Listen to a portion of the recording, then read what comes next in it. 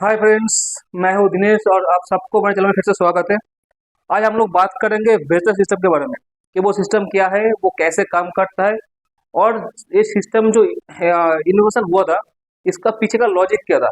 तो उस बारे में भी हम लोग आज बात करेंगे। तो चलिए वीडियो को करते स्टार्ट।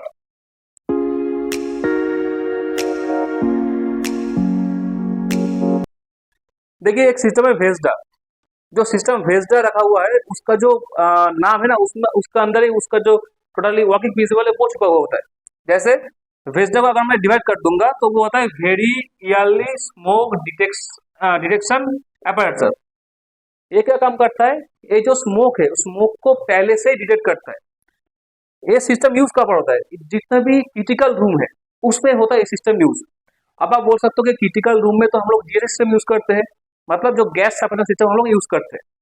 फिर उस रूम में फिर हम लोग भेजर सिस्टम क्यों यूज करें? तो फॉर एग्जाम्पल आप मान लीजिए कि अगर क्रिटिकल रूम में कुछ इंसिडेंट हुआ और वो क्रिटिकल रूम के लिए मेरा 10 या 5 या जितना भी होगा एक जीएसएस का बैंक है। तो जैसे ही वो जीएसएस सिस्टम एक्टिव होगा तो पूरा बैंक है वो खाली हो जाएगा। मान लीजिए कि उस रूम में मेरा 5 यूपीएस है, किसी एक यूपीएस में मेरा प्रॉब्लम आया, लेकिन जब गैस रिलीज होगा तब तो पूरा रूम भर जाएगा। तब क्या होगा? माना कि जीएसएस सिस्टम मिनिमम डैमेज करता है, लेकिन एक सिस्टम के लिए मुझे और जो सिस्टम है उसको भी इफेक्ट होगा। अगर हम लोग वो फायर को जीएसएस सिस्टम एक्टिव होने से पहले अगर हम लोग सेंस कर ले तब क्या हो सकता है? तो हम लोग जो पोर्टेबल एक्सटिंग्विशर है हम लोग वो यूज कर सकते हैं। उस आग को पर्टिकुलरली जिस डिवाइस पे आग लगाए उस डिवाइस को हम लोग एक्सटिंग्विश कर देंगे तो बाकी जो सिस्टम है वो सेव हो जाएगा। First benefit. सेकंड बेनिफिट क्या होगा? जो इतना सा बैंक है, जो जिस सिस्टम का बैंक है वो पूरा बैंक खाली नहीं होगा। तो वो जिस सिस्टम काफी मतलब कॉस्टली होता है, तो मेरा कॉस्ट सेविंग भी हो जाएगा। तो इस रीजन से हम लोग यूज करते हैं भेजर सिस्टम, ताकि उस रूम में जो आग लगा है वो जीएसएस सिस्टम या फिर एफएस सिस्टम सेंस करने से पहले हम लोग को सेंस कर सके, हम लोग वो अलर्ट हम लोग के पास आ जाए। तो ये सिस्टम काम कैसे करता है? देखिए, इसका काम काफी सिंपल है। तो एक भेजर डिवाइस रहता है और उसके साथ क्या लगा होता है? उसके साथ लगा होता है पाइप। और पाइप का हर एक पाइप में ऐसे एक सैंपल एयर इनटेक पॉइंट होता है। मान लीजिए कि मेरा सेलिंग में स्मोक डिटेक्टर है, तो जब फायर होगा, जब वो स्मोक डिटेक्टर को टच करेगा तभी जाके स्मोक डिटेक्टर एक्टिव होगा।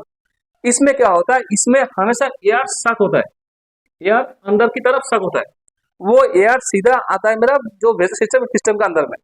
तो एयर सक होने के वजह से क्या होता है? जो स्मोक जितना टाइम में स्मोक डिटेक्टर को ट्रैवल करेगा, जीएसएस सिस्टम एफएस सिस्टम उस सिस्टम तक ट्रैवल करेगा, उसका पहले वो एयर सक हो जाएगा इस सिस्टम के अंदर, इस पाइप के अंदर में। पाइप से एयर सक होने के बाद वो सीधा इस भेजर सिस्टम में आता है और इसका अंदर कुछ प्रोसेस होता है। प्रोसेस होने के बाद इसमें जो एयर है उस एयर में कितना पार्टिकल है, कार्बन का, स्मोक पार्टिकल है, वो डिटेक्ट होता है इस सिस्टम के अंदर। वो कैसे डिटेक्ट होता है? देखिए, इस सिस्टम को मैंने थोड़ा सा यहाँ पर एनालाइज कर दिया। इसमें क्या होता है? जैसे ये जो पाइप इनपुट हो रहा है, ये वाला सेक्शन से होता है पाइप इनपुट। पाइप का बाद में एक एस्पिरेटर लगा हुआ होता है। ये क्या होता है फ्रेंड्स? ये एक्चुअली एक फैन मॉड्यूल होता है जो हर वक्त घूमता रहता है, इस रोटेशन में हर वक्त घूमता रहता है। और इसके लिए इस फैन के लिए जितना एयर सक होता है इस पाइप के दौरान, वो इस फैन के लिए सक होता है। मतलब ये फैन जितना सर्किट करता है उतना इस पाइप से एयर सक होकर इसका अंदर आता है। और इसका एकदम स्टार्टिंग में, मतलब एकदम इस एस्पेक्टर जो मॉडल है उसका स्टार्टिंग में एक सर्किट बोर्ड लगा होता है। इस बोर्ड के अंदर फ्रेंड्स जितना भी पाइप आता है, ये मॉड्यूल कुछ ऐसा है, इसके अंदर एक फ्लो मीटर होता है, एक फ्लो सेंसर होता है, एक फ्लो सेंसर होता है। तो उसमें से कितना फ्लो आ रहा है हर एक पाइप से वो डिटेक्ट हो जाता है, हर एक पाइप से कितना फ्लो आ रहा है। फिर इस एयर साफ होने के बाद एयर सीधा आता है एक फिल्टर में, जिसको बोलते हैं dual stage filter. Dual stage filter क्या काम करता है? दो काम करता है। एक होता है इसमें एक फिल्टर रहता है। इस फिल्टर का पहला काम होता है एयर में जितना बड़ा बड़ा पार्टिकल है, मतलब जितना डस्ट और डार्ट है, वो सारा डस्ट एंड डार्ट, मान लीजिए जो रूम से एयर सक कर उस रूम में भी तो डस्ट हो सकता है, तो वो जो डस्ट और डार्ट है वो आके इस फिल्टर से फिल्टर हो जाता है। फिल्टर होने के बाद जो फिल्टर के बाद पहला फिल्टर होने के बाद उसके बाद जो एयर है वो एयर इस पोजीशन से आ जाता है डिटेक्शन चेम्बर में। इसको बोलते हैं डिटेक्शन चेम्बर, इसको बोलते हैं डिटेक्शन चेम्बर। इसमें क्या होता है, और एक लाइन आता है डुअल फिल्टर का, मैं वो आता हूं मैं उसमें। इसमें क्या होता है, इसमें एक लेजर लाइट होता है, इसमें एक लेजर लाइट होता है। तो लेजर लाइट क्या काम करता है, एयर में कुछ भी पार्टिकल हुआ, कुछ भी पार्टिकल हुआ, मतलब अगर कार्बन जो स्मोक का पार्टिकल होगा, तब ये लाइट, जो लाइट है ये लाइट स्कैटर होगा। मतलब जैसे हम लोग का मालूम है लाइट, जैसे लाइट फ्लो करता है, अगर इसमें कुछ पार्टिकल आएगा तो ये लाइट स्कैटर हो जाएगा। तो लाइट जितना स्कैटर होगा उस हिसाब से इस पे रीडिंग आएगा कि कितना परसेंट स्मोक है, वो स्मोक लेवल को मेजर करेगा।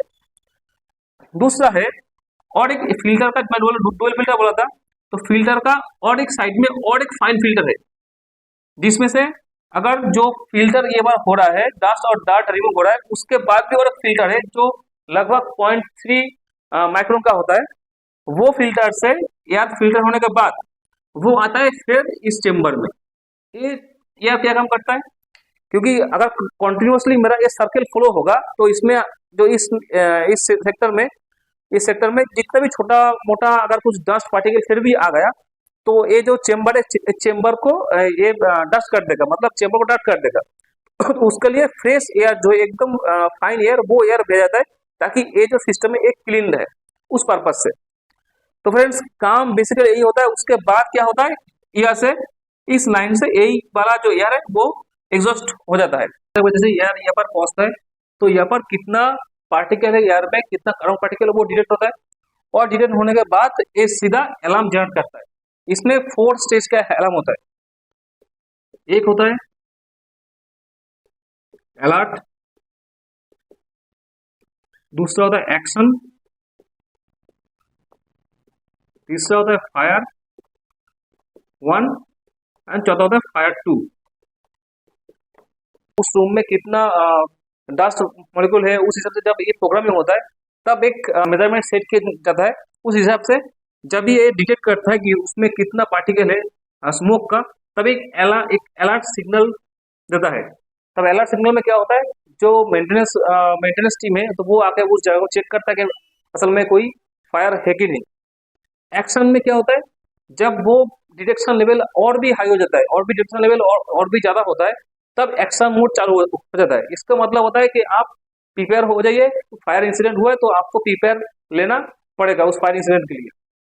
और फायर 1 और फायर 2, इस केस में क्या होता है, मतलब जब आग लगता है और स्मोक और भी ज्यादा होता है, जब इसमें डिटेक्शन लेवल एकदम टॉप में चला जाता है, तब ये दोनों तब एक्टिव हो जाता है।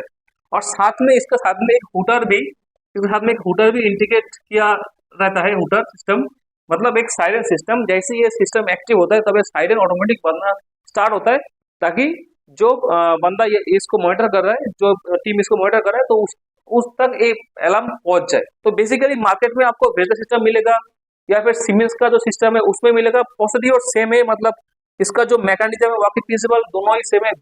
वेजडा का, जैसे वेजडा आपका मिलेगा एक्सट्रेल का वेजडा मिलेगा, फिर सीमेंस का आपको मिलेगा ASD, aspirant smoke detection ASD मिलेगा। ऐसे काफी सारा ब्रांड है, लेकिन हर एक का working principle same working principle में एक काम करता है। तो अगर आपको जानना है कि इस सिस्टम का जो पहले इन्वेंट हुआ था वो कैसे कैसे इन्वेंट हुआ, कौन इसको पहले डिजाइन किया था, तो हम लोग वो जानते हैं। अगर इंटरेस्ट है तो प्लीज वीडियो को कंटिन्यू कीजिए। तो देखिए एक छोटा सा स्टोरी, मतलब जो इन्वेंट हुआ था जैसे जैसे उसका चेंज हुआ, मैं एक छोटा 2 मिनट में मैं खत्म करता हूँ। जैसे 1871 में एक फिजिक्स लॉर्ड रेयलीथ, उन्होंने सोचा था कि जो आसमान है, जो स्काई है, वो ब्लू क्यों होता है। पहले जो कॉन्सेप्ट आया था उसी टाइम से आया था कि वो ब्लू क्यों होता है। जैसे फिर उन्होंने डिस्कवर किया कि जो सन से जो लाइट आता है उसमें रेनबो का हर एक कलर होता है मौजूद। सन से जो लाइट आता है जमीन पे, उसमें हर एक रेनबो का कलर मौजूद है, लेकिन हर एक लाइट का जो वेव होता है वो डिफरेंट होता है। और उसमें जो ब्लू कलर होता है, उसका वेवलेंथ काफी शॉर्ट होता है।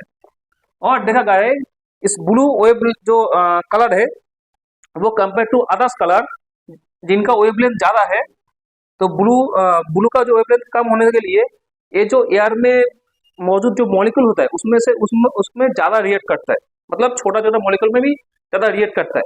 तो ज्यादा रिएक्ट करने से क्या होता है, जो ब्लू कलर है, जो ब्लू लाइट है वो ज्यादा स्कैटर्ड होता है, और वो ज्यादा स्कैटर्ड होने की वजह से हम लोग को जो स्काई है वो ज्यादा हम लोग को ब्लू दिखने को मिलता है। तो एक कॉन्सेप्ट आया था 1871 में। उसके बाद क्या हुआ, उसके बाद और अभी जो बेजर सिस्टम है उस सेम कॉन्सेप्ट को आगे यहाँ पर उस सेम कॉन्सेप्ट को लेके ही काम चल रहा है, वो मैं आता हूँ एक एक करके। उसके बाद 1967 में एक कम्युनिटी था, एयर क्वालिटी मॉनिटरिंग कम्युनिटी। उन्होंने क्या किया, उन्होंने एक डिवाइस का इन्वेंट किया जिसका नाम था नेफ्लोमीटर। कॉन्सेप्ट सेम था नेफ्लोमीटर। उसमें क्या था, उसमें एक नियोन लैम्प से, नियोन प्रोजेक्टर लैम्प से उन्होंने एक डिवाइस बनाया था जिसमें से क्या था, अर्बन एरिया का जो एयर पोल्यूशन है वो एयर पोल्यूशन को मॉनिटर करने के लिए, एयर में कितना पार्टिकल्स है वो मॉनिटर करने के लिए एक neon lamp, neon projector lamp से एक डिवाइस बना जिसको बोलते हैं नेफ्लोमीटर। काम बेसिकली सेम ही था। तो वो लाइट जो एयर को लाइट का जो लाइट सोर्स है, लाइट चेम्बर से फ्लो करने से जितने भी लाइट स्कैटर्ड होता है उस हिसाब से मेजर होता कितना उसमें मॉलिक्यूल्स है। फिर लेटर 1983 में डॉक्टर एम कोल फर्स्ट प्रोटोटाइप एएसडी लाया था मार्केट में। सेम कॉन्सेप्ट था, जो नियोन प्रोजेक्टर लैम्प है, नियोन प्रोजेक्टर लैम्प से ही वो भी एक नेफ्लोमीटर का एक छोटा वर्जन था, उसमें से ही काम होता था। और इन्होंने ये वाला मार्केट में पहले लाया था, इसको लाया था फॉरेस्ट में जो फायर होता है, मतलब फॉरेस्ट जो फायर है उस फायर को डिटेक्ट करने के लिए। तो इसका नाम था एएसडी प्रोटोटाइप। और यही वाला डिवाइस मार्केट में लॉन्च हुआ था very yearly smoke detection apparatus system के नाम से। नाम फ्रेंड्स यही से आया था। 1983 में डॉक्टर एम कोले फर्स्ट एएसडी प्रोडक्ट का इन्वेंट किया था, जो सेम मेथड था यूजिंग जेनॉन प्रोजेक्टर लैम्प। और यही वाला इसको इन्वेंट किया था जो ऑस्ट्रेलिया का है। बेसिकली ऑस्ट्रेलिया का जो फॉरेस्ट है उसमें जो आग लगता है वो आग डिटेक्ट करने के लिए ये वाला सिस्टम यूज किया था। और तब ये फायर मार्केट में लॉन्च हुआ था एज ए बेजर सिस्टम के बारे में नाम से, very yearly smoke detection apparatus. उसके बाद इसमें काफी सारा सुधार हुआ, काफी सारा चेंजेस हुआ। फिर फाइनली 1996 में ये जो नियोन लैम्प था इसको चेंज करके इसमें इंफ्रारेड लाइट सिस्टम लाया गया।